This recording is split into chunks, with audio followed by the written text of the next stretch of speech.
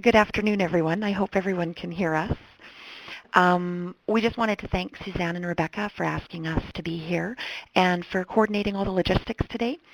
We're quite happy today to be presenting this webinar focusing on building a media kit with appeal to agencies, as well as to speaking to developing your agency relationships. Before we get going, though, we just wanted to reiterate a little bit of housekeeping that Rebecca has already outlined for you. Off to the right of your screen, you should see a field where you can type in questions. We're going to try and answer questions as we go, but if we find that's a little bit too cumbersome and we're getting a little distracted, then what we'll do is we'll come back at the end and review them and make sure we get a chance to answer everyone's questions. It's also, as Rebecca pointed out, the presentation will be accessible to you after the fact, so don't feel that you need to take copious notes. You can always come back and listen to our voices at some later date. I guess to start, this is Carla, and I'm going to be starting off and doing our introduction and working through our first part of the webinar, and then Robyn's going to jump in a little bit later. Just to give you some context of who we are, who is Kick Media? Well, we're located in Edmonton and Calgary. We currently have 3 full-time media planners and buyers, 2 part-time administrative support staff who keep our lives in order. We plan and buy for clients locally, provincially, and nationally, and our experience ranges from healthcare, education, oil and gas, utilities, real estate, and government sector. And just because this is a webinar and you can't see us, these are our mugs. Robyn and I have both been in the media buying game for 20 plus years, and Kick Media is about to celebrate its 10th birthday next year. So we've been buying various forms of media for many years. Where we wanted to start with was what shapes the purchase decision. So we know that campaigns are based around meeting criteria, media and campaign objectives. So we're going to discuss these objectives and how they play a role in determining the final media selection. Larger campaign objectives influence our media mix. Campaign objectives are often set by the client or the creative or management agency. And they represent ultimately the end goal of the campaign. And they can include such goals or objectives as increasing brand awareness, calls to a specific number, sales goals, website clicks, website conversions, so if we wanted people to download a brochure or take a particular activity. So those tend to be the larger campaign objectives. And it's with these campaign objectives or goals in mind that we establish our media-specific objectives. And our media objectives all support the overriding campaign goal and tend to fall into 5 categories, beginning with our target audience. Now, target audience can be as simple as an age or a gender. So we might be targeting adults 18 plus, or we might be targeting adults 35 to 49 for a particular reason. But our target audience can also not be looking at age and gender and look at specific industries, occupations, job titles. We might be looking for certain people in certain jobs. Their education. We do quite a bit of work with educational institutions, and for some of our offerings, we're only interested in reaching people who have a degree. So we want to know as much as we can, and those can be the kinds of things that determine our target audience. We can also look at things like lifestyle characteristics. So perhaps what we want to do is we want to reach parents, or we want to reach people interested in the arts. Those are all potential target audience categories that we would classify and put into our media plan. One of the other objectives of the 5 that we always look at is geography. We could have geography that's very specific to a market, which is pretty basic. We want to reach the market of Edmonton or reach the market of Calgary. We could also have provincial or regional geographic target markets. But we can also sometimes be looking at trade areas depending on the particular, if it's a car dealer, for example, they're going to have a trade area that they need to be very specific about staying within and not crossing boundaries. So in the particular case of geography, spill from media can sometimes be a good thing. It can be a bonus for a client, and for other clients, spill outside of their geographic trade region actually is bad for them, and it might be something that excludes a medium. We also have to look at timing, and timing is something, in this day and age, years ago we used to plan media months or possibly a year in advance, but with timelines such as they are, we're always working within a defined campaign period. We have to be cognizant of seasonality issues. With some mediums, costs vary depending on the season. We also have to look at lead times. Simply, some publications and magazines sometimes fall into this. The lead time required to get into a publication might not even be something that allows us to consider the medium if we have a campaign that needs to be in market next week. So those are all things that when we're writing our media plan, one of the objectives again is timing and defining the time period we need to cover.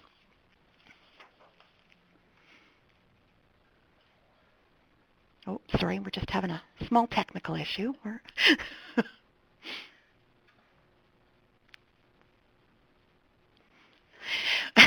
When we're looking at reach versus frequency, the reach versus frequency question is sometimes a little bit tricky. When we're determining if reach or frequency is the objective we're going after, a lot of the previously mentioned objectives are significant influencers. So the length of the campaign, the geography of the campaign, the budget of the campaign is a huge factor in whether we're looking at determining if reach or frequency is our priority in the campaign.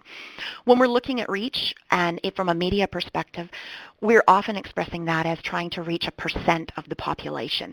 And frequency is obviously hitting a select group of people many times. So again, depending on the message, depending on the campaign itself, we're going to be looking at either a reach or frequency objective being set for the campaign. One of the other things that we often look at, and this is something that as a standalone media shop really comes into play for us because sometimes we don't have a direct link to the creative team. So a lot of times what happens is creative strategy and media plans are being done simultaneously. And of course, every time we can, we want to open that link so that we have an opportunity to speak to creative and brainstorm and come up with ideas of how to utilize the media to its best end. But sometimes we're dictated that a certain size or color requirements are needed for the ad. Sometimes formats are already developed, so they may have creative developed for certain mediums that either are mandatory for us to include or we have to keep in mind when we're developing it. So those are all things that when we're coming up our media objectives, we make sure that we make note of any of those creative considerations so that as we're moving forward and looking at these five key targets, five key media objectives: target audience, geography, creative, timing, reach versus frequency. When we look at those combined, it brings forward our media mix. Now, each medium has attributes which help us reach these campaign objectives. And how we determine the mix is trying to best meet each of the objectives. So if we're going to assume that after going through this exercise of determining who our audience is, when we need to reach them, the geographic area we want to reach them in, reach frequency, as well as any creative consideration, once we go through that process and we essentially establish that magazine is a fit, what are our next steps? And Robyn's going to take you through those next steps once we determine magazines are part of the mix. Okay, so what we want to do when we're looking at magazine selection is just basically the steps that we take to do this. So we're going to pull all the measurement research where available, and that could be Print Measurement Bureau, it could be any in-house research that we have, such as RTS, which is produced by BBM, that could give us information on category or type of magazines that our target audience might want to read, and that'll help us establish what type of publication we want to go in and the vertical group. And this can be measured and non-measured. So we understand not every magazine is going to be measured, especially when we're looking at the regional and local markets. And that doesn't mean it's bad, and certainly a lot of the magazines that we want to use will probably be non-measured magazines. Then we want to take that list and just decide what magazines require evaluation. and we're going to formally evaluate all the publications. So we're going to put everybody on an even playing field in terms of what we're going to look at and what we need each of those magazines to accomplish with respect to achieving our campaign goals. And then we'll plan based on these publication recommendations.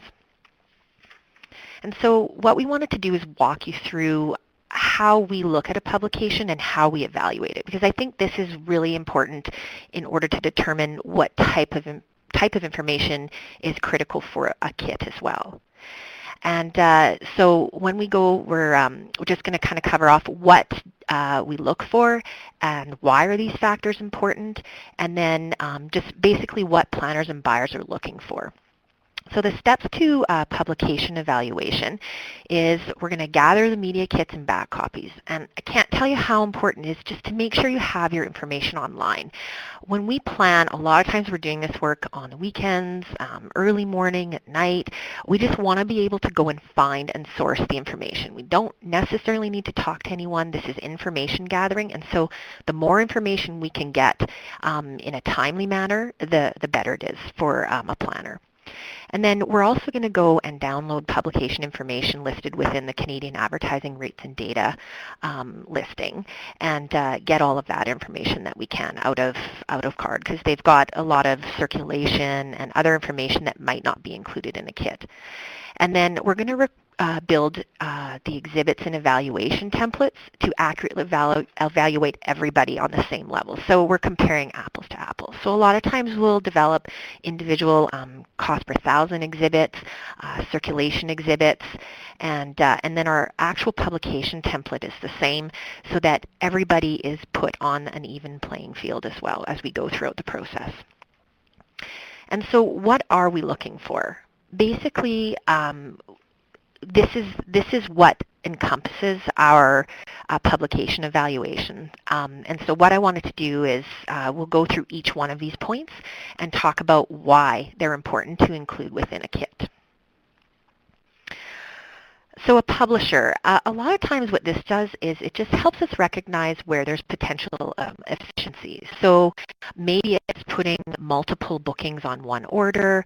It might help us with rate negotiations. If we're buying through one publishing group, are there additional frequency discounts that we can achieve? As well as material distribution. Can we send it all through one source? So we like to know who the publisher is, and then that'll help us, put that information further down the road when possibly those publications are in the plan. Issuance is also really important as it has an impact on, whether or not we're able to include a publication. So for instance, if we have a quarterly publication in a short campaign window, we may not be able to include. And when a publication is stating if it's monthly, bi-monthly, or quarterly, it's not really enough information. It's important to have all the market dates, the run dates, what are the cover dates, when are the space booking deadlines, and the material deadlines. And all of this information is actually in our evaluation document because we want to see what we can and cannot include within that campaign period as well. Then we take a look at circulation and readership. And basically from there, we're looking to quantify the numbers. So we want to look at circulation and readership together. Readership is not circulation, and a lot of times we'll see just that number. We need to know how many copies are printed and how many copies are going out as well. And we take a look at if it's an audited or a sworn statement, and that's not a good or a bad thing on either option. It's just if it's audited, then we're able to find more details in terms of how the magazine is distributed sometimes in comparison to a sworn statement, but it allows us to dig a little bit deeper into the information that we need as well. And then we also just want to look at how up-to-date the figures are.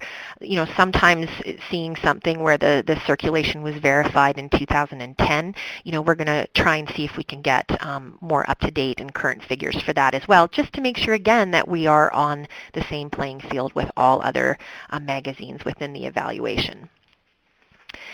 And then we want to look at a distribution method. And this is a little bit different in terms of circulation because we want to understand basically how the magazine is sent out.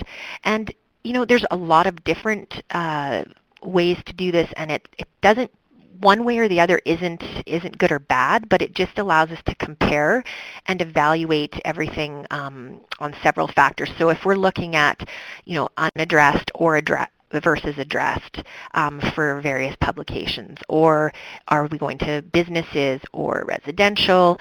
Is it being FSA targeted? So, is it just being dropped into certain areas based on demographics?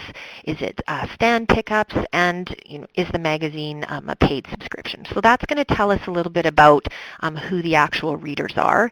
And these factors just help when we take a look at our recommendations as well. So it's basically everything combined will be positive or negative to the evaluation process, and it'll help us determine what the best mix would be within our magazine list. And then we also take a look at the audiences reached and who is the magazine targeting. And I think this is one of the most important areas when we take a look at our media objectives, because that's kind of related to who the target audience is. So, we have different categories of occupation or industry, geographically, where is it reaching, in lifestyle. And so when we're, for example, targeting maybe the oil and gas sector, with the occupation, what are the job titles? How many copies are going to upper executive, or how many copies are going to the frontline workers? This is important for us because depending on what the creative message is, could determine if the magazine is the best fit. Sometimes we don't want to talk to the senior management level. We want to talk to the frontline people with our messaging. And I think in providing that information helps us make a good assessment of what magazine to use. And that's similar with industry as well.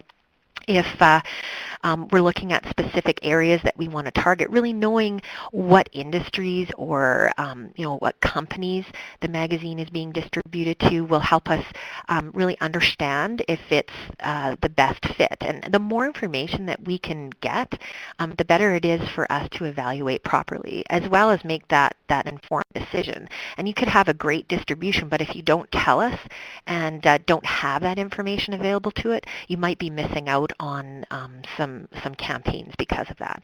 And the same goes for geographic. If we're looking at maybe Edmonton coverage, but you're an Alberta-based magazine, understanding what that individual Edmonton circulation is really helps for us to determine if it's a good fit. So you could be Alberta-based, but if 50% of your distribution is to Edmonton, it still means that it's a valuable product to utilize throughout the campaign. And then again, lifestyle characteristics when we're talking about audience. So, if we're working with a campaign where we want to reach parents, does the audience that you're specifically talking to are those individuals with children? So really relaying that type of information within your kit is important, because that's the information that we need in order to evaluate whether or not it's the most appropriate publication for that specific campaign message. And then again, we also want to understand how it's measured. So is it an accurate statement? How many copies are going to these different industries or the different zones? And I think that's something that sometimes is missing as well. And basically it just allows us as well to justify why we think it's important to the campaign. So the more information we get to sell to the product to the client helps in the end as well. And then from a geographic perspective, I touched on this before with the audiences, but again, it's related back to the media objective. So where is the magazine going? So, if you can give us information on city-specific, provincial, regional, even nationally, like where the magazine is, the more information you can give us, the better. And a lot of times we actually build exhibits that highlight your circulation in all of the different regions we're looking at. We may have a target audience, or sorry, a geographic objective that requires SKUs within one community or another, even if we're looking at an Alberta-based magazine. And so we can build exhibits within that to see if your distribution matches up with our geographic objectives as well. So again, you even if you're an Edmonton specific, maybe there are certain zones of the city that you can reach better, and that'll again help us determine if it's the proper fit for the campaign, and that can go on a provincial, a regional, and a national basis as well. And then we want to take a look at cost and cost per thousand. So when we're looking at costs, we generally always compare net pricing. So basically, what is the client paying? And then we also take a look at a standard size. So if we're evaluating a magazine, we want to take the full. So for instance, if it's a full page ad that we're looking at, we will be taking the full page four-color cost for every publication in order to give us an accurate cost per thousand for all of the publications. And we also take a look at things like if it's a full page in a tabloid versus a magazine, we may take the magazine size to evaluate that, so that again we're looking at similar sizes in terms of cost per thousand evaluations. And then we also take a look at it from a geographic perspective. So it's really, we're looking at the geographically relevant circulation rather than the full circulation. So even if we're looking at a number of publications that include national or regional, we're actually going to take a look at the areas that are influencing that zone only. So you are being put on the same playing field as other publications. So we're not going to take a look at, say, the Canadian business cost per thousand and compare that with business in Edmonton cost per thousand, for instance, from a national and a regional perspective. We're actually going to take it on the circulation that we want. And then another factor is what is the editorial profile of the magazine, as well as the lineup and the schedule. And so when we have clients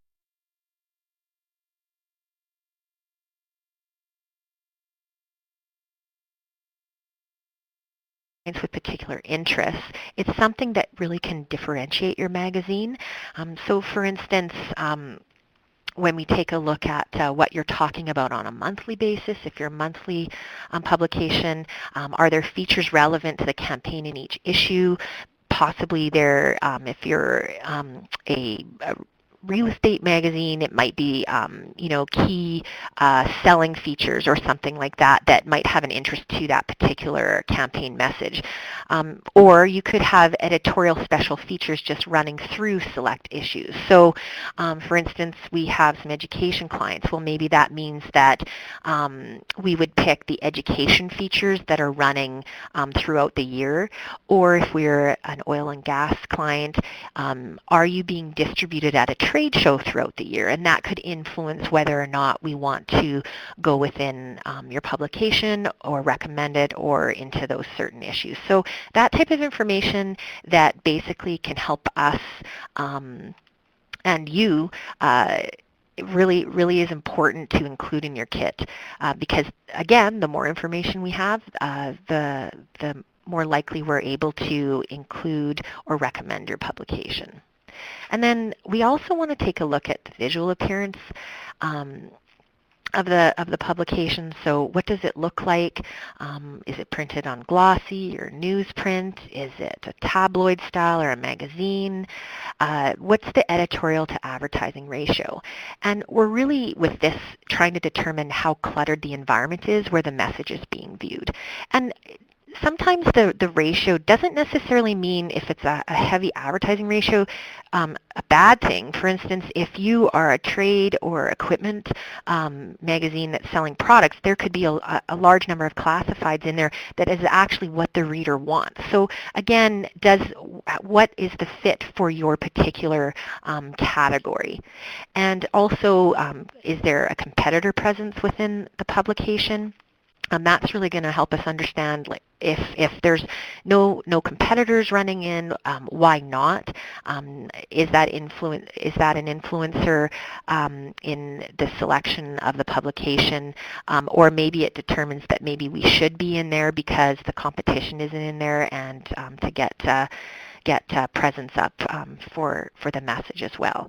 And then again, just basically what's the overall layout impression. And so, is it pleasing to read? These all influence, our decision to recommend or not.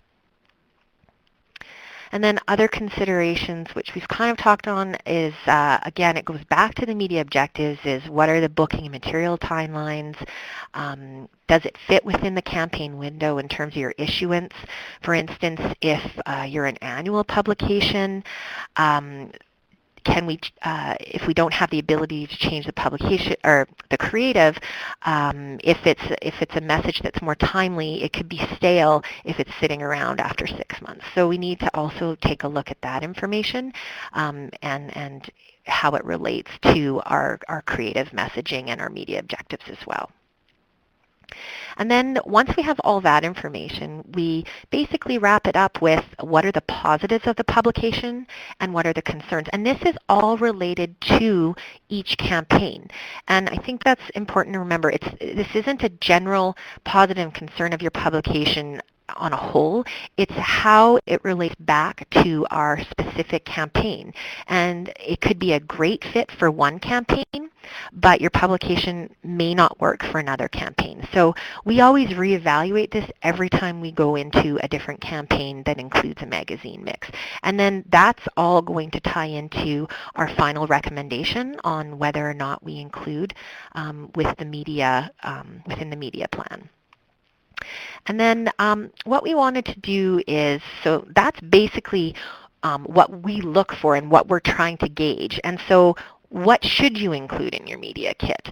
And I just want to stress that a lot of this information is included, and we do see some good kits out there, but sometimes just a few things are missing. And so we usually see the information on the publisher and the issuance and the deadlines, some circulation information and rates, although sometimes it's hard to determine whether or not rates are net or gross. So it's really important to put that in, and especially if you're dealing on a national level where maybe a commission structure is more common, but just identifying whether or not there's an agency commission or not included within the rates, and if there are frequency discounts.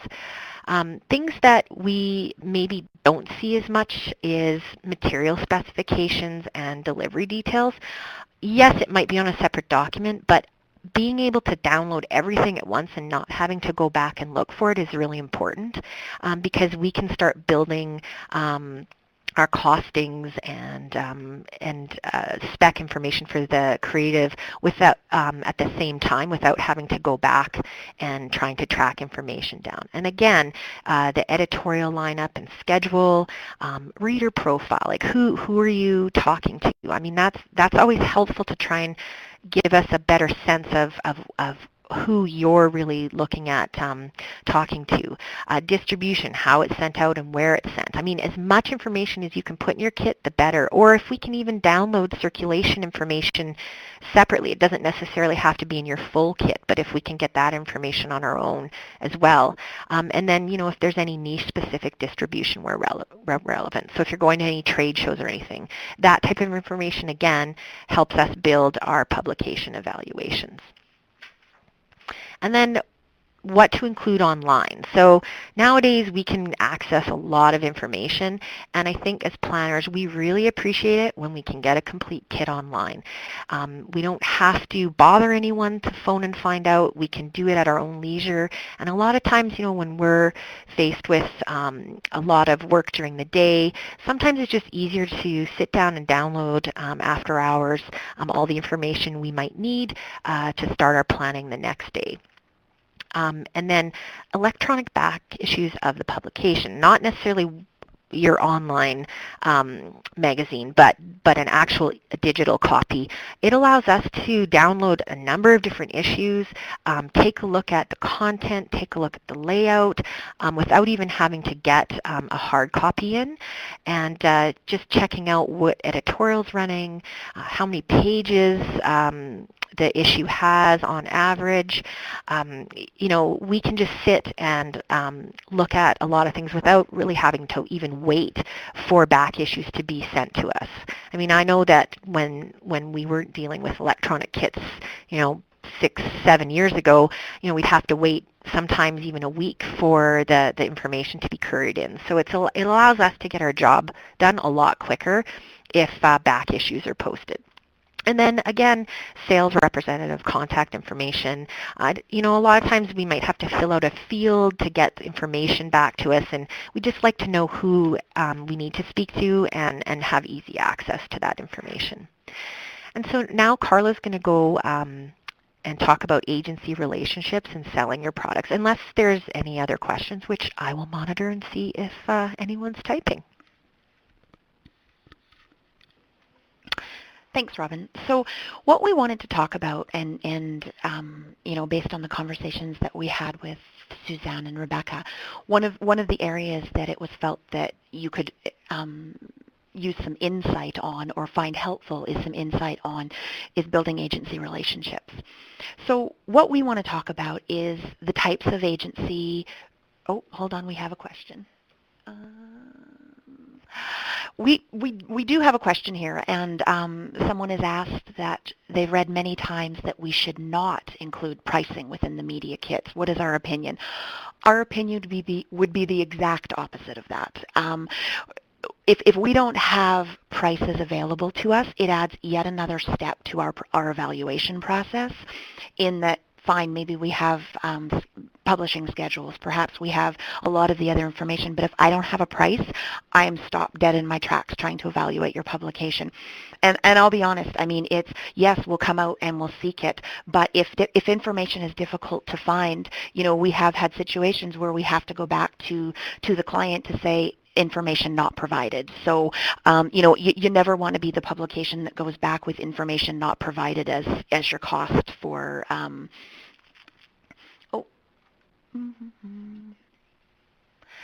Is there a standard agency? Another question that was asked. Sorry, new to the webinar thing. Another question that was asked is there a standard agency commission, or does it vary by agency?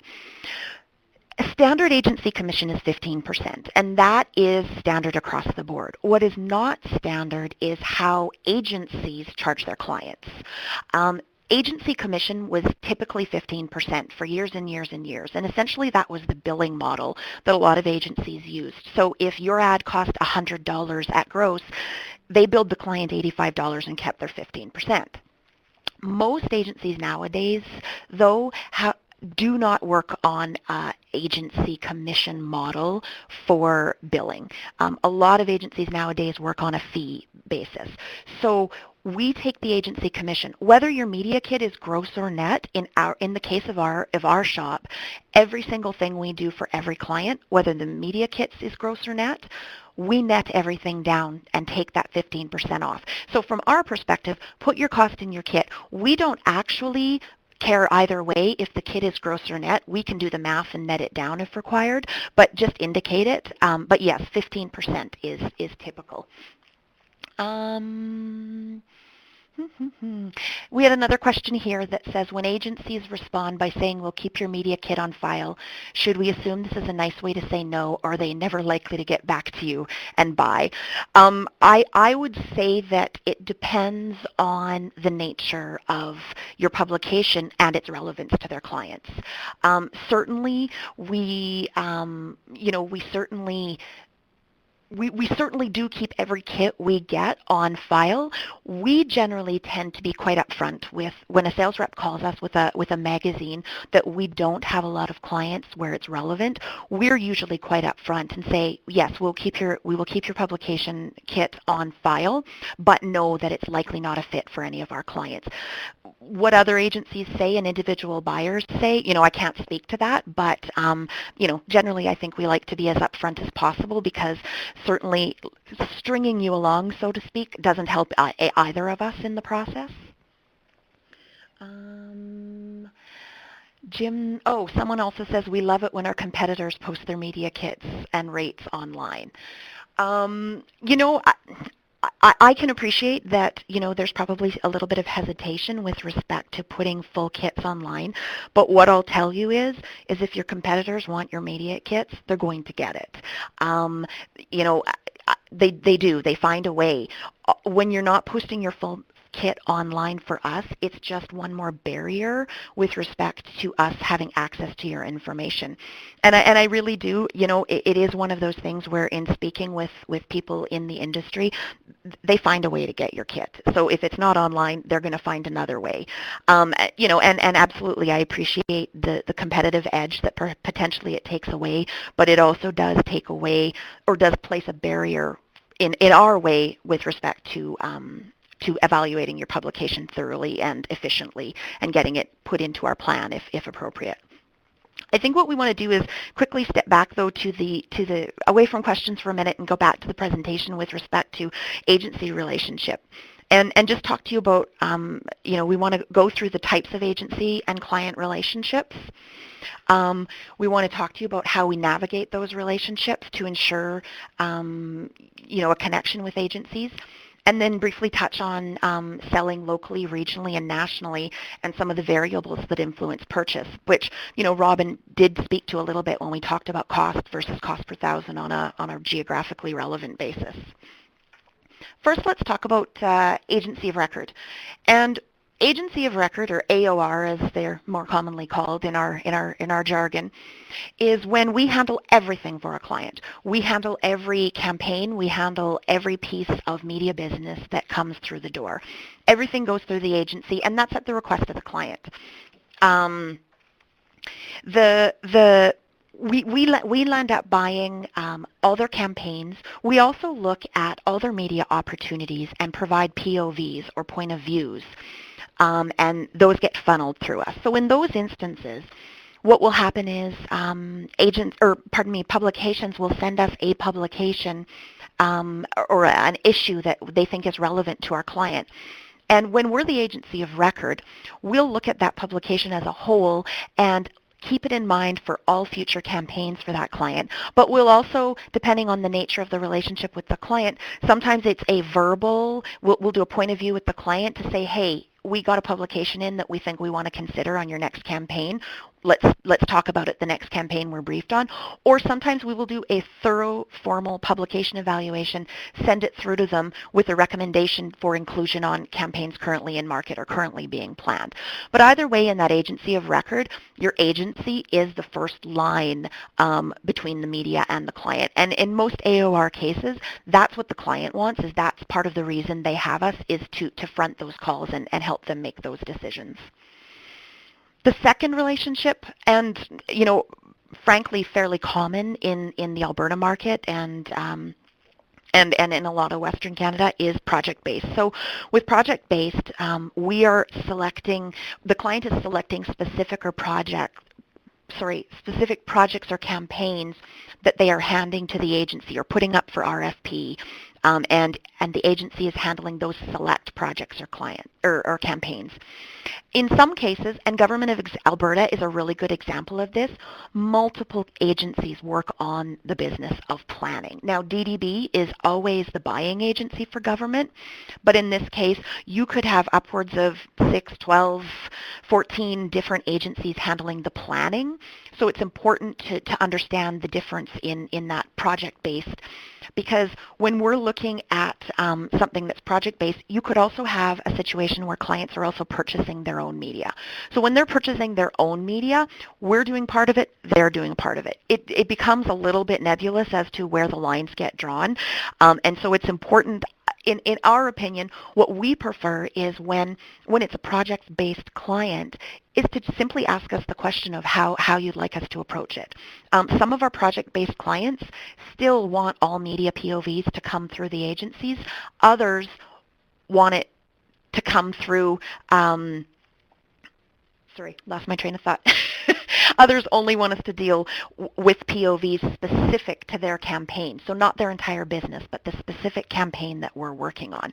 So I think that's important. And if you're not sure, what I would say to you is if you're not sure of the relationship and the nature of the relationship between an agency and a client, your very best thing to do is ask the agency. Because truly, we do have some clients who we are absolutely fine with publications going direct to the client. The only thing that we would ask is that you CC us on any proposals going forward.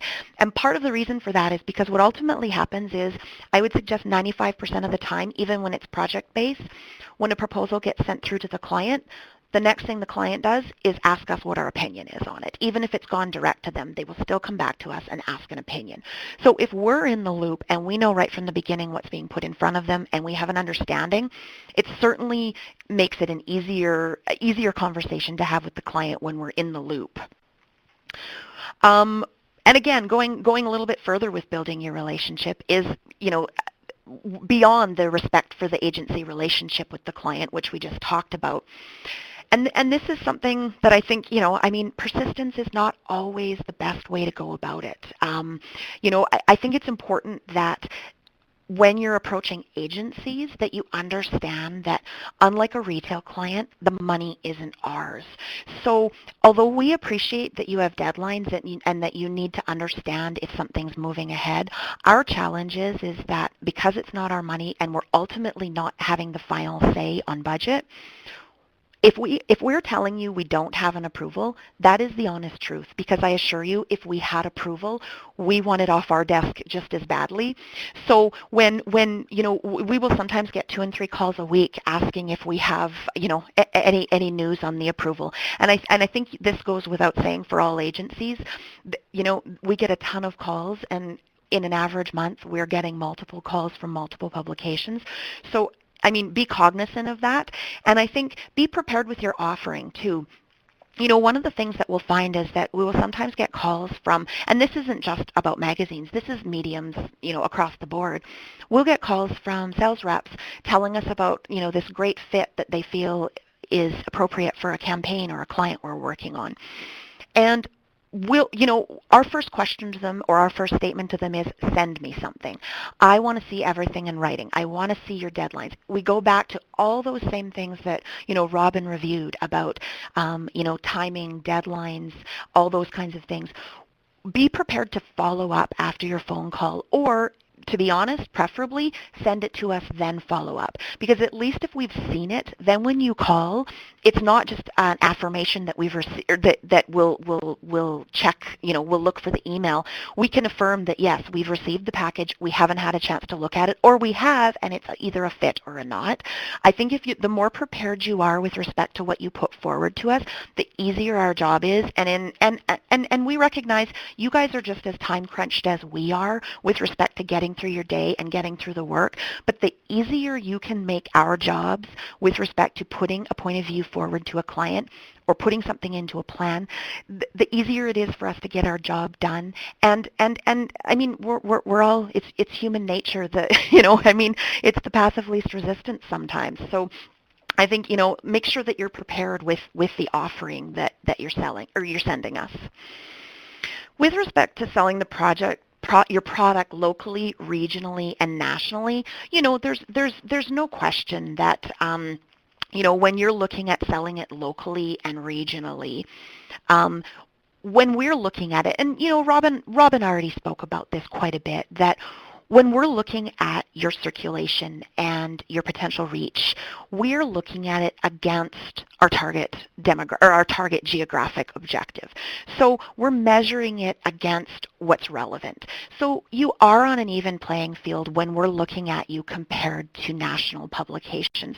So what I would suggest is, get a sense of what you feel your national competitors are and have an understanding of what their circulation is into the region as well, so you understand where you fit in the grand scheme of things. And, I think it's fair. I would suggest that most agencies will look at this sort of relative cost per thousand against local circulation. But if they're not, I would say that's a fair thing to bring forward to them to compare.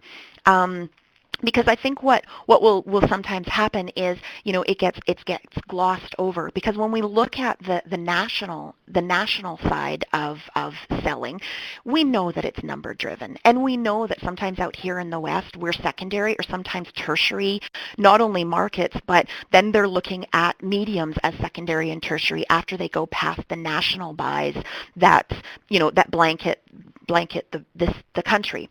So I think importantly on those national buys, if you're not in card and you don't have the ability to have someone out in Toronto on a regular basis getting to know those agency folks, you don't even make that list. And I think that's important, because I think the process we go through here in the West with respect to evaluating publications is going to be the same they go through in out east when they're buying the big national buys.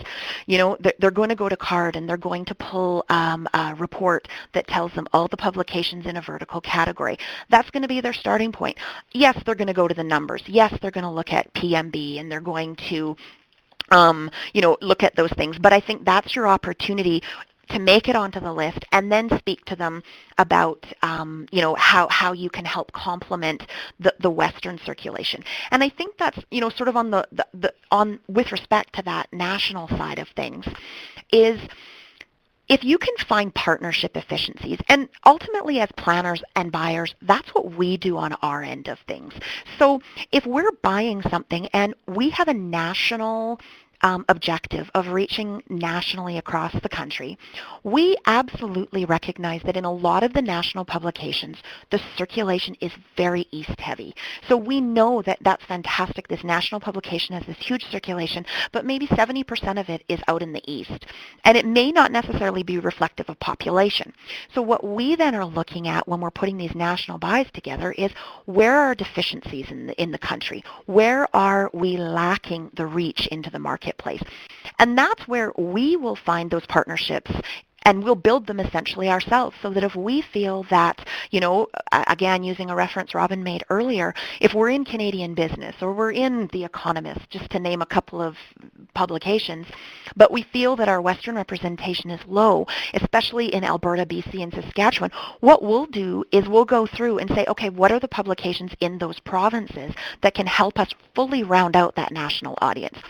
So although we're not advocating you necessarily go into formal partnerships with publications, I think it's fair when a national buyer is, when you recognize that there might be deficiencies in the West that you can help fill, that's sometimes helpful information to a buyer to suggest, by combining this Alberta, BC, and Prairie's publication, we might be able to help you round out your national representation across the country. I think what's important, though, regardless of where you're selling, whether it's locally, regional, or national, is to sell on your core strengths. If you're a business pub, sell us on being a business pub. If you're a parenting pub, sell us on that. We're always looking to match our publications as close as possible to those target audience objectives. So don't muddy the waters with the other audiences you potentially might reach. Speak to us about that core audience. Going back again, provide us the tools that help us make informed decisions. Again, that's fully developed media kits that outline as much of this information we've been talking about as possible all in one place, so that, again, we're not having to come back to you and ask for readership. We're not having to come back and ask for material deadlines to make sure that our plan is going to be approved in a timely enough period that we can actually make the publication. Update your media kits when changes occur. There's nothing more frustrating than going on to a site to download a media kit and finding out it's a year old or 2 years old. Ultimately, we land up, if we're not able to very quickly determine and get a new copy, we're estimating rate increases. We're estimating things. And you never want us to be evaluating based on estimates. We want to be working with the most current, up-to-date, and accurate information that we can. And again, digital media kits are key. Honestly, gone are the days of us getting a media kit and filing it in the big file cabinet in the back. We keep everything digitally on our server. Everyone has access to it. what happens when we get paper kits, I'll be completely honest, is a paper kit gets put in the docket for the specific campaign you're working on, it gets filed away, never to be seen again. So if you can provide us with digital copies of everything, it just ensures longevity of your kit. And I think it certainly allows us to get it in a much more timely fashion when we're desperately seeking information and in often ridiculous timelines. I think from the perspective of what we were going to talk about today, I think we sort of covered it. We talked about media kits, our evaluation process. It looks like we have a couple more questions, so I'm just going to take a. So Catherine has asked, you've discussed what costs should be included and readily available in media kits online. What is our opinion on this topic in regards to retail clients? I, you know, I look at it from a standpoint, and I mean, if Robyn has a different opinion, I'll certainly let her chime in. But I would suggest that retail clients are looking for the same information we are. They're just certainly not going through it in such a perhaps precise format. I mean, with retail clients, I think there's opportunities certainly to educate them on how you compare to your competitors, because again, they're probably not going through a cost per thousand analysis. They're probably not doing those things, but ultimately, I think a retail client who can find your information online, you're only going to be better served by that. I don't know if there are any more. Oh, I'm going to actually hand the phone over to Robyn to answer the next couple of questions while I just wet my whistle here.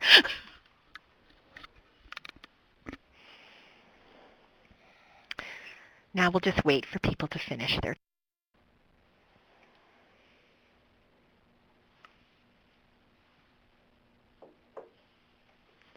So Wendy's asking, many of us are reluctant to put full kits online. Does it make sense to have a secondary kit made for agencies with all information annually? Yeah, you certainly can have a secondary kit that you can send out to agencies annually. But again, I mean, we'll file it. That's if you actually know that we need it, and if you have contact with us. But a lot of times, I guess it depends on whether or not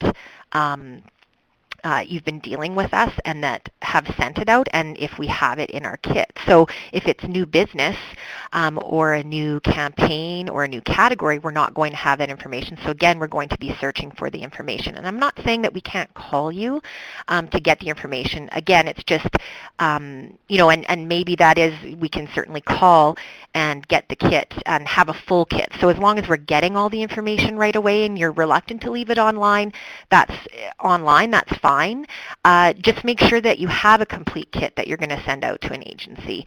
I guess the whole thing is too, I mean, at the end of the day, when you're starting to send out things electronically, it's going to get passed around and people are going to have it. So, but I mean, as long as you give us the proper information, I mean, we're happy with that. It doesn't have to be posted online. Ideally, we prefer it in that manner, but I mean, it's a comfort thing as well. So if you don't want to put your kit online and you want people to phone and email for it, fine. But then when you send the kit back, as long as we can have all of the information that we need, we're happy with that as well. Okay.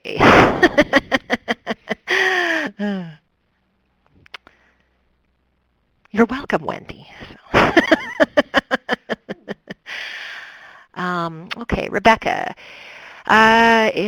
Is it ever useful to have magazines send you print copies of each issue so that you have a better sense of the tactile qualities of a magazine, i.e. if it's glossy, or like with media kits, do you prefer to be able to access online issues? I don't mind getting copies, and especially if maybe it's a publication I'm not familiar with.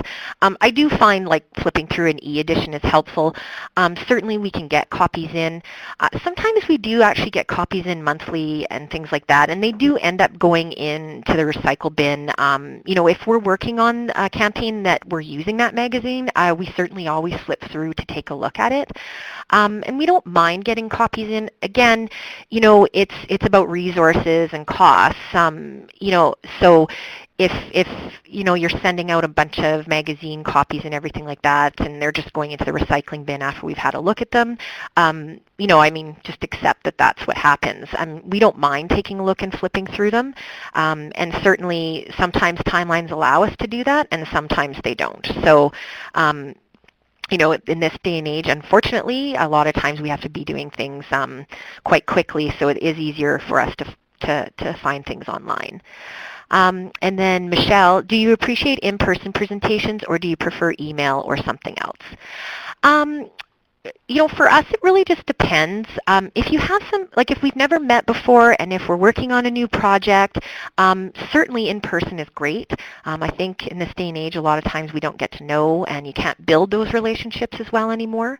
But if you've met us, you've sent out your kits, or you've come in once and there's nothing new to say, I don't necessarily know if that's important to us anymore.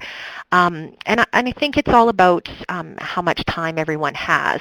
If it's a larger campaign and we're looking at larger spend, then I think certainly, come in, or if definitely, when new media kits are out and you've been working with us and there's things where, the client is involved, then certainly an in-person meeting is something that that works for us. And Jim, our ad sales philosophy has been that we don't put rates online because that availability means our salespeople don't know of who has checked rates out and missed the opportunity to sell them. Perhaps not as crucial when dealing with agencies and more educated media buyers, but a concern with many advertisers. Your thoughts? I think that's a valid point, but I have to be honest, a lot of times I really don't need to talk to a sales rep right away. And so sometimes it interferes with our process. So I would rather just get a kit and get things done because we just don't have the answers right then and there. And so for us, a lot of times it hinders what we're doing. Definitely on a retail basis, I think, to have that information. But again, you have to have a published rate card somewhere. And I'm just going to bring up a story that I had with dealing with somebody in Saskatchewan. They refused to send me a rate card, didn't publish a rate card, and I basically told the client I would never recommend them because to me, I didn't feel comfortable with that. If you can't publish a rate card or have something formal written down, then to me that tells me that everybody's got different rates or there's no consistency. And so sometimes it's a disservice depending on how it's presented. So I think that, as long as there's a nice balance between giving rates out and making sure people have the proper information, I don't think that, it's a detriment. It's just making sure that we have the right information. And frankly, yes, it's your job, like with your kit, having enough information to kind of sell us on it, but it's our job to basically determine what the best mix is and how that's going to work for the client as well. So we don't need maybe the sales end that maybe a more retail client does. I might let Carla answer a couple questions. Just one moment. Just in looking at our time, I'd say we probably just have time for one more question, and then we'll probably wrap things up. And the question that we have online right now is a two-part question. And the question is, do we recommend cold calling agencies to introduce products? If not, what does work? And how do we find the correct person within each agency, call and ask, or others? And you know what? That's a really good question, and it's a fair question. And with respect to, do we recommend you cold calling agencies? It's cold calling agencies is kind of a funny way to look at it, especially in the Alberta marketplace. There's really relatively few agencies in the Alberta marketplace, relatively speaking. And what I would suggest is that, cold calling makes it maybe sound a little more distant and remote than it needs to sound. That's our job. It's our job to understand the media marketplace and the media landscape. So don't feel that when you're calling an agency to introduce a new product or tell them about something new that's happening with the publication, that we look at that as a cold call. That's our job. And if you're helping us do our job, by understand. What I would say to that, though, and what is vitally important is, when you make that call, have information ready. Have it ready at the send. So literally, Whether it's you want to come in and make a presentation, make sure that you can follow up with all the detailed information, because that's going to be the next question. That's great if a buyer knows there's a new publication in the marketplace, but if we don't know all the specifics about it and we can't get the specifics, we don't even bring it up to a client until we have that information in our hands. So going back to something we talked about earlier about like sort of being prepared with your offering, absolutely make those calls. With respect to finding the correct person at each agency, that is a little bit tougher, and certainly agency personnel changes. What generally you want to likely be doing is, when you call an agency and you get reception, most larger shops have reception, smaller shops like us don't, so you'd be getting, one of our buyers at their desk. But I think if you can explain to the receptionist that you're looking at somebody who is involved in print buying. In a lot of the larger shops, they'll segregate people off so that they have print buyers or broadcast buyers or online buyers. So if you get in with the print buyer, it's probably the best place to start. And when you talk to that person, just very clearly explain to them what it is you have and what you want to send their way. And most of them are going to be open to receiving new products, receiving information about new publications. Just tell them what it is, and just be upfront. And I think, as long as you're being very clear about what it is, what it is that you're putting forward to them, most people will be receptive and certainly will say, absolutely, send me an email as a follow-up. So I don't know. I hope that answered your question, Mary. um, if that's all the questions, it's 1 o'clock, and we were scheduled for a 1 hour, so we're probably going to sign off here. I think Rebecca looks like she's typing and perhaps has some sign off housekeeping. And I guess if there's nothing else, we'll thanks for listening. We enjoyed it.